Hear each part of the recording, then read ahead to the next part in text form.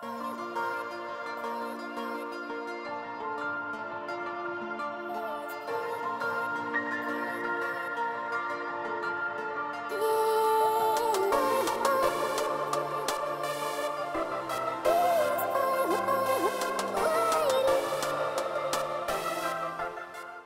que Dieu a dit, je serai avec vous, quoi qu'il arrive. Mais pour cela, individuellement, en groupe, quand on est réunis, il va falloir de la consécration, il va falloir de l'engagement, il va falloir abandonner des choses, il va falloir délaisser certaines choses pour vivre d'autres choses. Que vous êtes d'accord avec moi? Alors ce matin, notre frère Emmanuel Syriab va nous partager vraiment ce qu'il a vu sur le cœur. Est-ce que, Manuel, tu peux venir? Voilà, je sais que Céline, elle est là-bas. On les encourage ce matin, on peut les encourager. Voilà, Emmanuel va nous partager ce qu'il a reçu sur son cœur. Sois béni, Emmanuel. Bonjour à tous. J'espère que vous avez passé un bon moment de louange. Alors, ce matin, je pense que Pasteur Olivier il a bien introduit mon message. On va parler aujourd'hui de la consécration. Et le titre du message, c'est « Décide de te consacrer ». Vous savez, aujourd'hui, on est le 30 décembre, donc demain le 31. En gros, nous, on est le dernier culte de l'année 2023. Et parfois, en fin d'année, ce que les gens font souvent, c'est on s'assoit, on fait le bilan de notre vie. On va faire le bilan de l'année, on va dire, OK, en 2023, il y a telle chose que j'avais décidé de faire. J'ai fait ça, il y a des choses qui se sont réalisées, il y a des choses qui ne se sont pas réalisées. Il y a plein de décisions qu'on prendra pour l'année 2024. Mais il y a une chose que moi, je suis venu te dire ce matin, c'est que ce que le Seigneur attend de toi, c'est la consécration. Dieu n'attend pas de toi que tu t'assoies pour faire des « oui, je vais demander ça à Dieu, je vais demander ça à Dieu, je vais demander ça à Dieu ». Ce que Dieu veut, c'est que tu puisses, de manière individuelle, de manière collective, qu'on puisse décider de se consacrer. Pourquoi je dis décider? Parce que la consécration, c'est une décision. Je décide de me consacrer à Dieu. Et qui dit consécration va dire holocauste. Qui dit consécration va dire sacrifice. Et la troisième chose qui relie tout ça, c'est la consécration. Alors, dans un premier temps, on va voir qu'est-ce qu'un holocauste. Un holocauste, ça vient du mot grec holo, et le second mot grec, c'est kostos. Je ne sais pas s'il y a des Grecs ici dans la salle, mais moi, peut-être que je ne le prononce pas bien, mais ça signifie simplement brûler tout entier. Et le mot sacrifice vient du latin sacrum facere, qui signifie rendre sacré.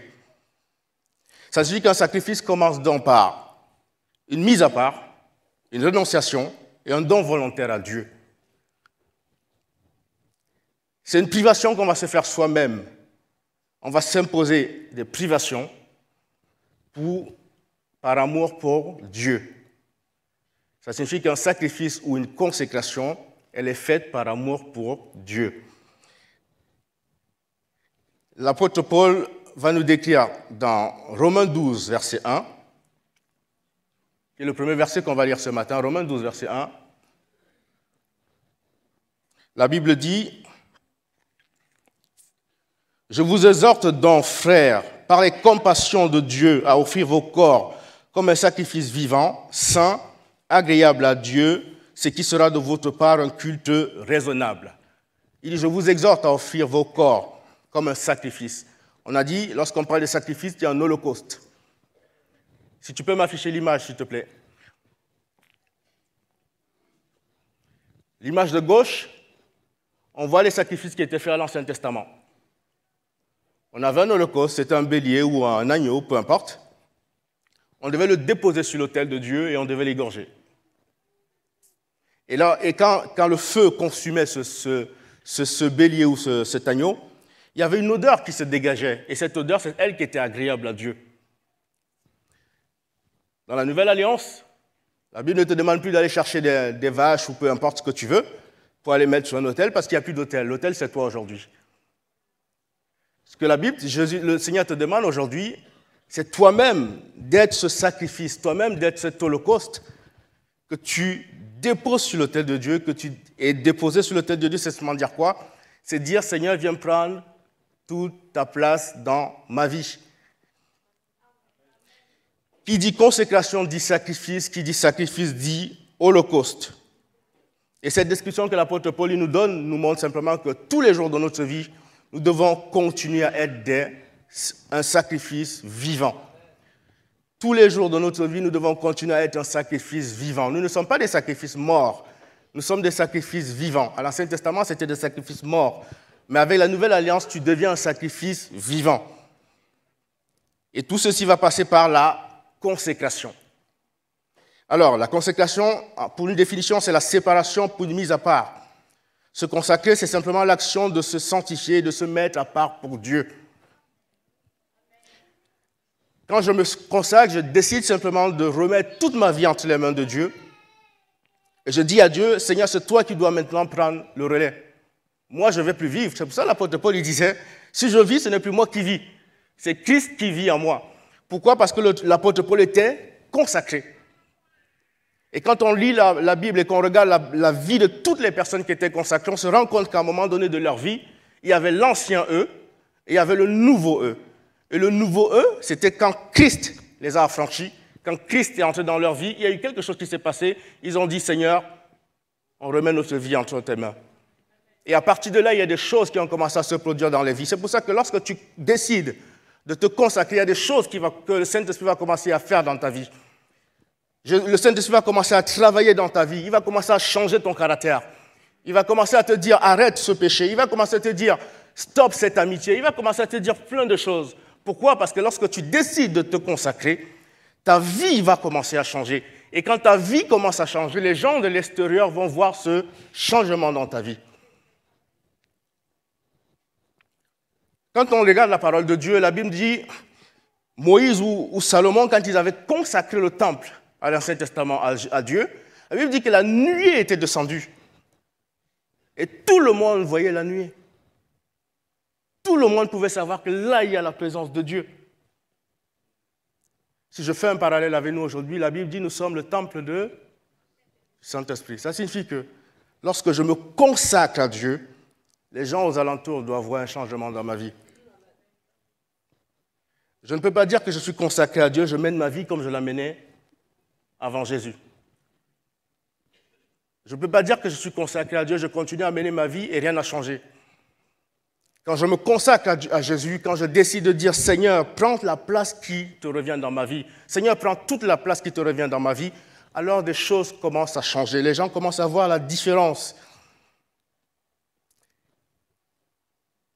Une vie chrétienne qui n'est pas consacrée sera une vie chrétienne qui va être vécue en dents de scie. Pourquoi aujourd'hui on a beaucoup de difficultés? Pourquoi aujourd'hui les gens ont du mal à abandonner un péché? Pourquoi aujourd'hui les gens ont du mal ils avancent, ils tombent, ils avancent, ils tombent, dents de scie? Parce que tu ne t'es pas consacré.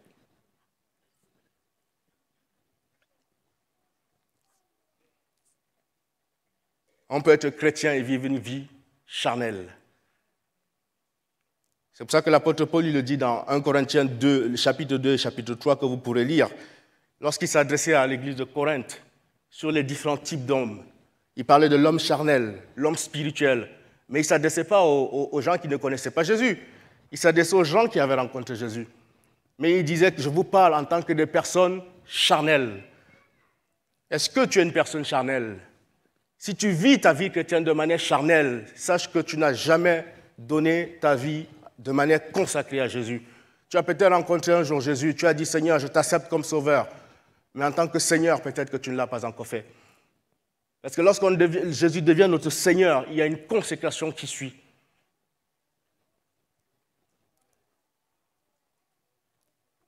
Ma prière ce matin, c'est que, à la fin de ce message, que tu puisses dire « Seigneur, je dis stop à ma vie chrétienne charnelle, cette vie chrétienne misérable, cette vie chrétienne dans laquelle, quand je m'enferme chez moi, je pleure. Quand je suis dans ma chambre, je pleure. Parce que je me dis, ouais, j'ai envie d'abandonner ceci, mais je n'y arrive pas. » Ce matin, mon désir, c'est que tu puisses dire stop à cette vie-là. Et que tu puisses dire au Seigneur, je réponds à ton appel ce matin. Je veux me consacrer à toi. Parce que la consécration, c'est une décision. Dieu attend de toi la consécration. Alors, pourquoi se consacrer? Dans Corinthiens chapitre 6, verset 19, la Bible nous dit que nous sommes le temple du Saint-Esprit.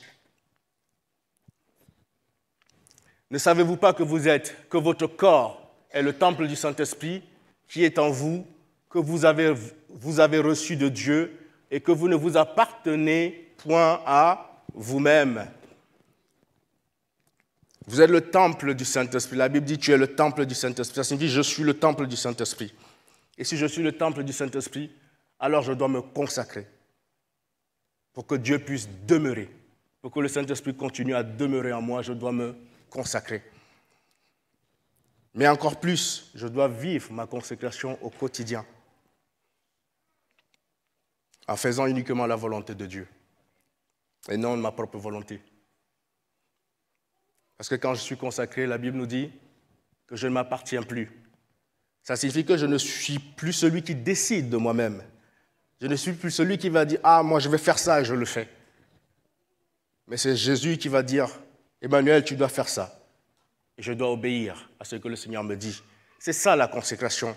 Quand je suis consacré, je deviens la propriété privée de Dieu. Et Dieu a usage comme il veut, quand il veut, et dans n'importe quelle circonstance qu'il veut. Il a usage de moi.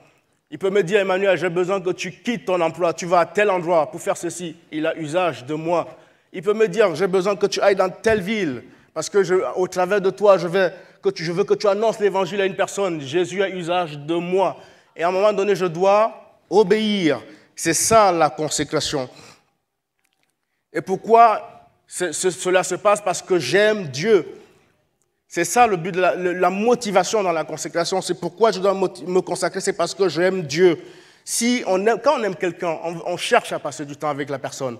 Quand on aime quelqu'un, on cherche à être toujours présent auprès de la personne. C'est pareil avec vos familles. Là, on est en fin d'année, vous allez chercher à rester en famille. Vous allez chercher à manger en famille. Vous allez chercher... C'est ça la consécration également vis-à-vis de Dieu. Quand on aime Dieu, on va se consacrer. Parce que quand je me consacre, je cherche à plaire à Dieu. Quand je me consacre, je cherche à ressembler à Dieu. Quand je me consacre, je vais chercher à être comme Dieu. C'est pour ça que la Bible dit, tel il est, tel nous sommes. La consécration. Dans 2 Corinthiens, chapitre 5, versets 14 à 15, c'est l'apôtre Paul qui parle. 2 Corinthiens, il dit, car l'amour de Christ nous presse, parce que nous estimons que si un seul est mort pour tous, tous donc sont morts. Il dit, l'amour de Christ nous presse. C'est l'amour de Dieu qui doit nous presser à la consécration. Parce que j'aime Dieu, alors je dois chercher volontairement à me consacrer à lui. Chercher volontairement à me soumettre à lui. Il y a plusieurs motivations que les gens peuvent avoir pour se consacrer. On peut se consacrer parce qu'on cherche peut-être la bénédiction de Dieu. Oui, je sais que si je me consacre, si je me sanctifie, Dieu va me bénir. Je sais que si c'est que je me consacre, j'aurai peut-être l'onction de Dieu dans le ministère. Je sais que si je me consacre, j'aurai peut-être la puissance spirituelle. Si je me consacre, j'aurai les dons qui vont se développer. Mais toutes ces choses-là, Dieu n'agrée pas ces motivations. La seule motivation que Dieu agrée, c'est lorsque je me consacre parce que je l'aime. Lorsque je me consacre parce que je l'aime, que Dieu me bénisse ou pas, je continue à me consacrer. Que Dieu me donne la puissance que je recherche ou pas, je me consacre. Que Dieu me lève dans le ministère ou pas, je me consacre. Pourquoi? Parce que je l'aime. C'est là la motivation que le Seigneur il attend. C'est là ce que Jésus attend de chacun de nous. Dans Genèse chapitre 22, au verset 2, c'est l'exemple d'Abraham. Genèse chapitre 22, verset 2, la Bible dit, c'est Dieu qui dit à Abraham, Abraham, prends ton fils. Dieu dit, prends ton fils, ton unique, celui que tu aimes, Isaac. Va-t'en au pays de Morija et là, offre-le en holocauste sur l'une des montagnes que je te dirai. Dieu qui dit à Abraham, prends ton fils, ton unique, celui que tu aimes, va me l'offrir. La Bible nous dit qu'Abraham a obéi à Dieu. Abraham est allé sur cette montagne. Abraham a déposé son fils sur l'autel et il voulait sacrifier son fils. Il voulait l'offrir à Dieu. Pourquoi? Parce qu'Abraham aimait Dieu.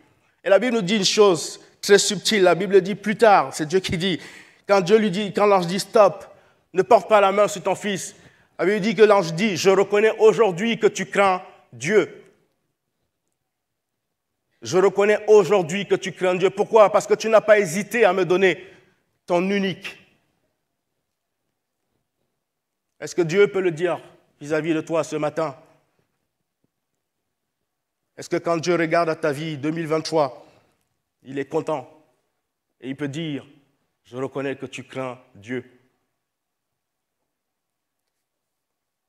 Abraham, prends ton fils, celui que tu aimes. Abraham a obéi à Dieu. De même, le Seigneur te dit ce matin, prends ce qui a pris ma place dans ta vie. Prends toute ta vie, tes décisions, tes choix, tes désirs, ta volonté, et livre-les-moi ce matin.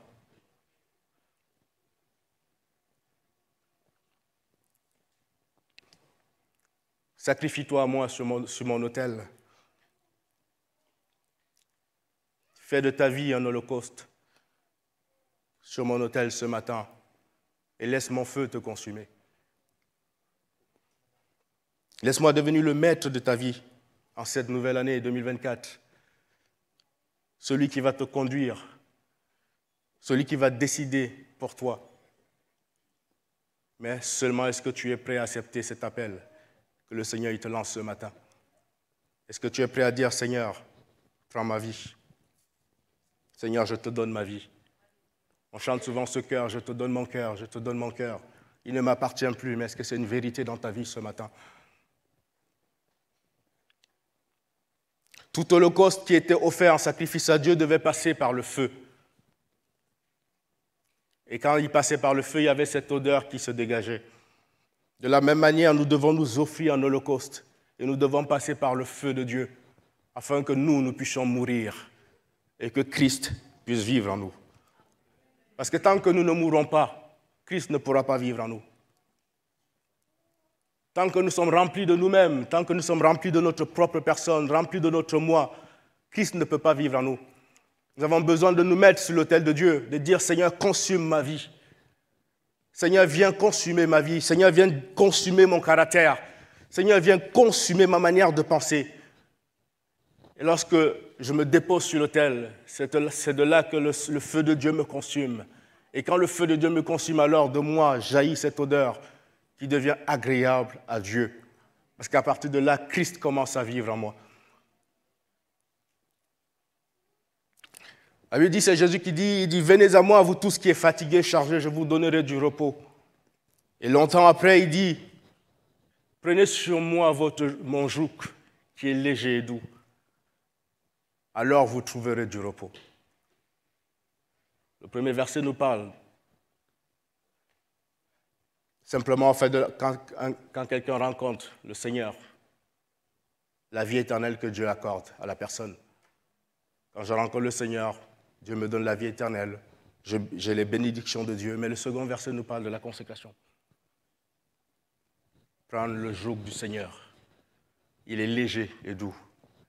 Et quand je porte sur moi le joug du Seigneur, alors c'est le Seigneur qui commence à me diriger. C'est le Seigneur qui commence à me conduire. C'est le Seigneur qui commence à me dire, fais ceci, mon enfant. C'est le Seigneur qui commence à me dire, mon enfant, arrête ce que tu fais.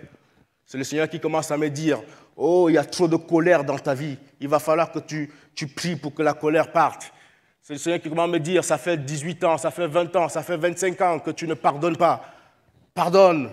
C'est le Seigneur qui va commencer à me dire, ça fait telle chose que je n'agrée pas dans ta vie. Enlève, je vais enlever.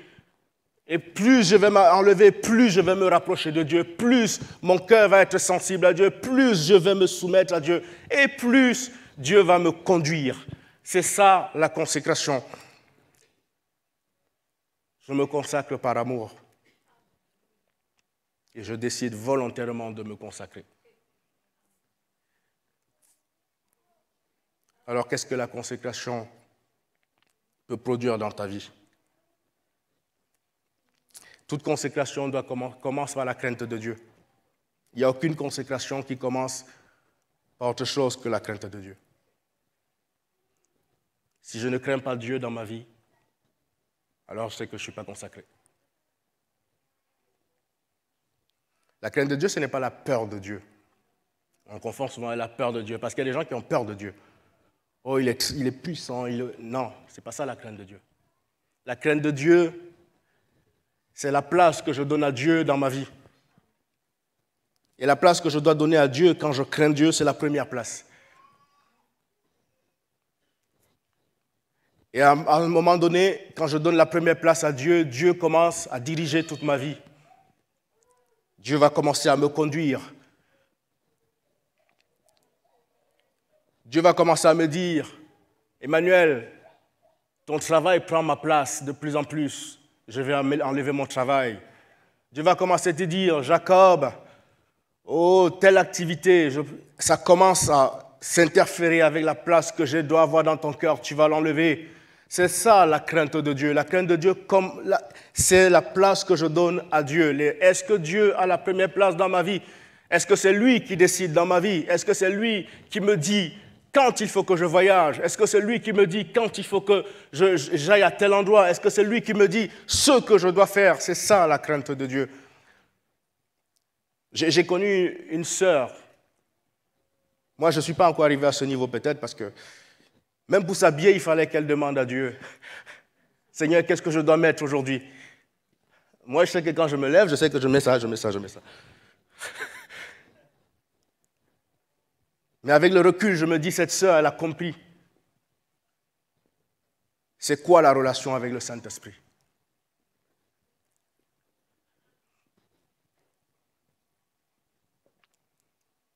Est-ce que tu es prêt à accepter les décisions de Dieu dans ta vie comme Abraham l'a fait, au point de donner ton unique, au point de te sacrifier, de donner tout ce que tu as? Et tout ce que tu as, c'est toi. Je ne parle pas de tes biens ce matin. Il est plus facile de donner ses biens à Dieu. Il est souvent plus facile de donner des choses. Mais ce que Dieu veut ce matin et pour l'année 2024, c'est toi, c'est moi. Lorsque je me consacre, Dieu va commencer à me conduire, diriger ma vie, orienter mes choix, afin de me faire jouir des projets de paix qu'il a pour moi. Parce que la Bible dit, je connais les projets que j'ai pour vous. Projets de paix et non de malheur, afin de vous donner un avenir de l'espérance. Mais pour que Dieu puisse te donner un avenir de l'espérance dans ces projets de paix, il faut que tu sois consacré. Il faut que tu puisses l'obéir. Il faut que tu sois soumis à Dieu. Il faut que tu te laisses conduire par Dieu. Et c'est pendant que tu vas te laisser conduire par Dieu, alors tu trouveras les projets de paix. Et tu vas commencer à jouir de ces projets de paix.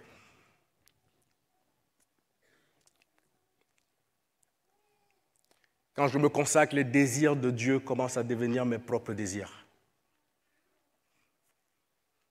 La volonté de Dieu commence à devenir ma volonté. Ça signifie que tout ce qui était de moi meurt totalement. Ça doit totalement disparaître. Et la seule chose qui doit rester, c'est ce que Dieu veut. Ce qui fait battre le cœur de Dieu. La volonté de Dieu, le désir de Dieu, c'est là. Mon cœur commence à battre au même rythme que le cœur de Dieu. À un moment donné, Dieu il a tellement l'amour pour les perdus. Je vais commencer à ressentir cet amour profond pour les perdus. Est-ce que quand tu te regardes, est-ce que tu as un amour pour les perdus? Regardons simplement autour de nous. Combien de personnes ne connaissent pas l'Évangile? Combien de personnes meurent? Il y a quelqu'un qui disait toutes les 2 secondes, il y a quelqu'un qui meurt, qui va en enfer. Pendant ce temps, est-ce que ton cœur bout au fond de toi? Est-ce que ton cœur bat au fond de toi? Est-ce que ton cœur bouillonne en te disant, oh Seigneur, donne-moi de gagner une seule âme?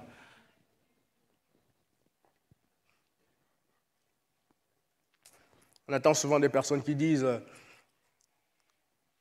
le Seigneur est mon ami. Mais j'ai envie de te dire ce matin, te rappeler en quoi consiste l'amitié de Dieu. Quand on est amis de manière humaine, ça crée ce qu'on appelle la familiarité. On devient très proche de la personne. Mais l'amitié de Dieu, ce n'est pas ça. L'amitié de Dieu, ce n'est pas « Oui, Seigneur, tu ne m'as pas donné ceci, je suis énervé. » Non. Dieu n'est pas ton ami.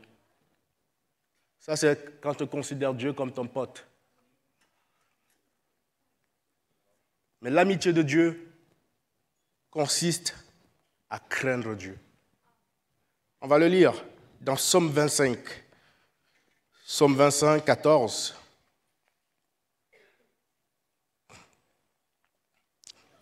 Psaume 25, 14, la Bible dit « L'amitié de l'Éternel est pour ceux qui le craignent, et son alliance leur donne instruction. » Quand je deviens réellement ami de Dieu, je commence à craindre Dieu. Et plus mon amitié avec Dieu va grandir, plus je vais craindre Dieu. C'est l'un des bienfaits de la consécration. Quand je décide de me consacrer, la crainte de Dieu va commencer à s'installer dans ma vie. Et quand la crainte de Dieu va commencer à s'installer, je vais la développer, cette crainte de Dieu. J'ai bien expliqué ce qu'on appelle crainte de Dieu, pas la peur de Dieu. Et à ce moment-là, je vais commencer à devenir ami de Dieu. Et l'amitié que j'aurai vis-à-vis de Dieu sera une amitié de respect, de seigneurie. C'est pour ça qu'Abraham, la Bible dit qu'Abraham était l'ami de Dieu. Mais dans l'amitié que Dieu avait avec Abraham, quand Abraham devait parler à Dieu, il disait « Mon Seigneur, j'ai osé parler à Dieu. »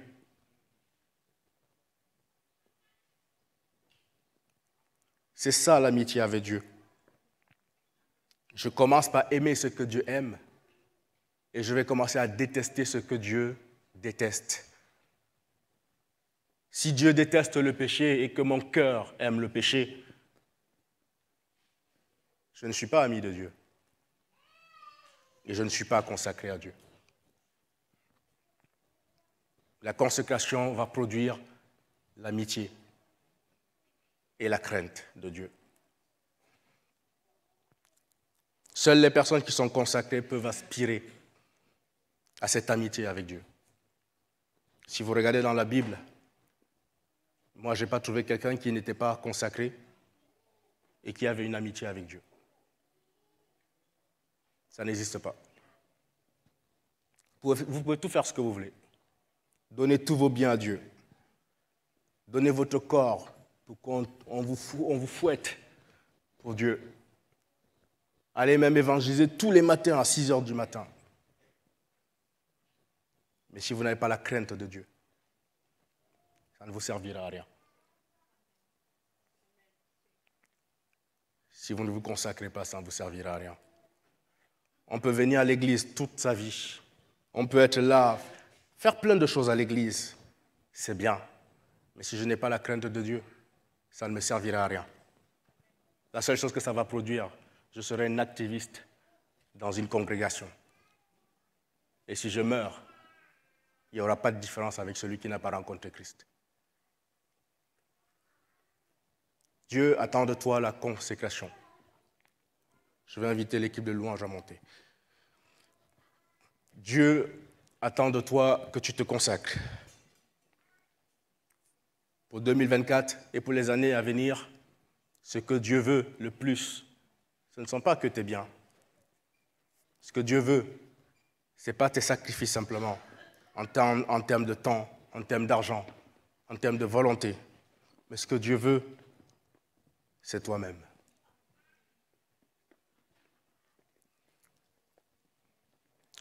Le véritable sacrifice que Dieu agrée, c'est toi et moi.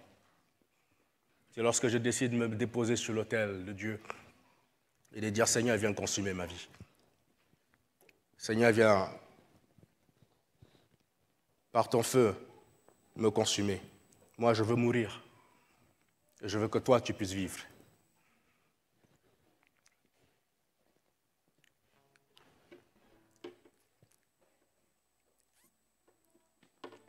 Dieu ne veut pas seulement de ton argent.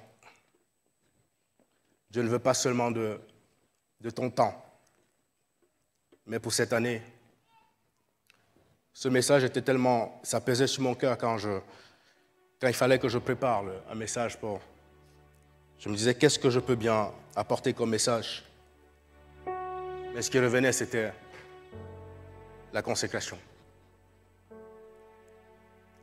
La consécration, la consécration. Je vous invite à vous mettre debout, s'il vous plaît.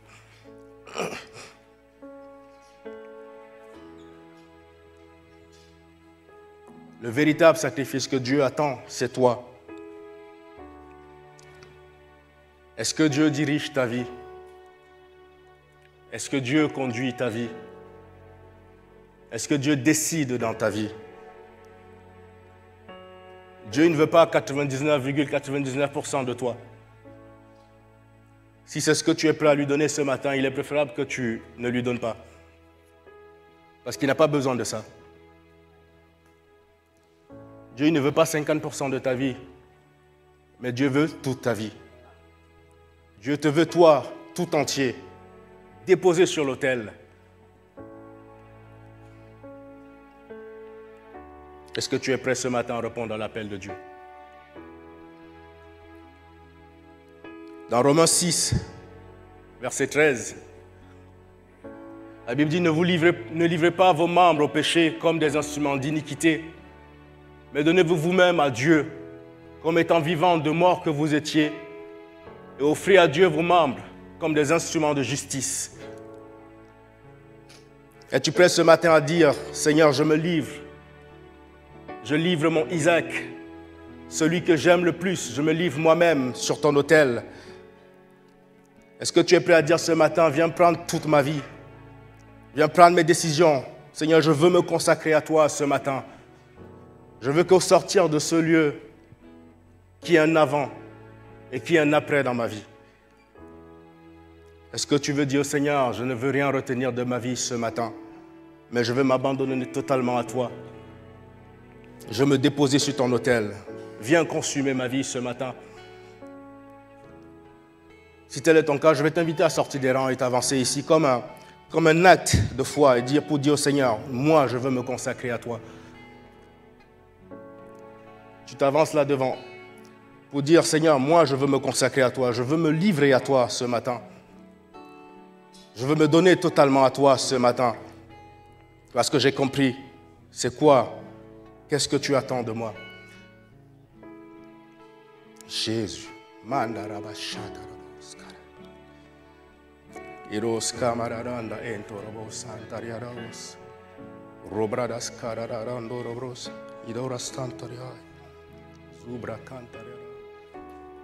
Dieu attend de toi une consécration véritable, ta vie tout entière.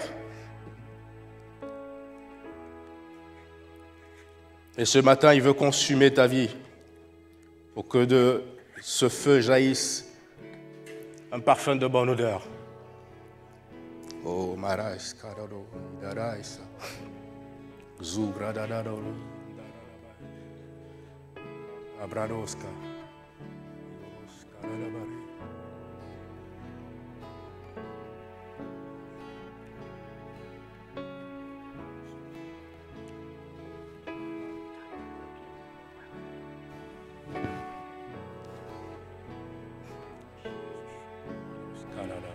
Alléluia.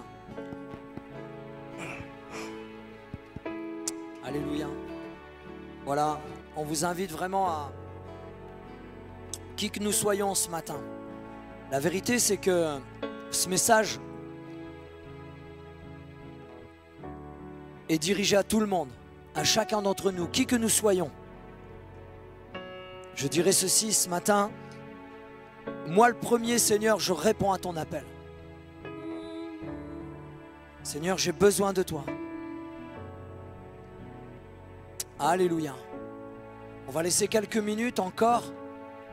Vous savez, des fois, on a peur d'avancer à un appel, on a peur de faire quelques pas, juste par « qu'en dira-t-on » On va penser de moi que je ne suis pas consacré si je m'avance. Non, moi je me suis avancé ce matin, je suis là devant certes, mais je me suis avancé parce que Seigneur, si je me suis consacré en 2023, eh ben, je veux me consacrer encore plus en 2024. Amen. Je veux encore plus de toi, plus dans ma vie, plus dans toutes les sphères de ma vie. Alors ce matin, on va laisser quelques minutes pour s'avancer. Et c'est vous et Dieu ce matin, là où vous êtes, là où nous sommes. C'est toi et Dieu ce matin. C'est toi et Dieu, c'est personnel. C'est un moment personnel, c'est un moment entre toi et le Seigneur. Comme Emmanuel l'a rappelé, peut-être il y a des choses à abandonner, peut-être il y a des choses à délaisser, peut-être c'est les traits d'un caractère, peut-être c'est des décisions et tu veux revenir en arrière. C'est ton jour ce matin, c'est ton matin. Peut-être il y a des choses à mettre en place dans ta vie, ben, c'est ton matin également. Alléluia. Dieu veut que nous sortions de la routine. Ne crois pas que tu es arrivé, ne croyons pas que nous sommes arrivés. On va prier tous ensemble là où nous sommes.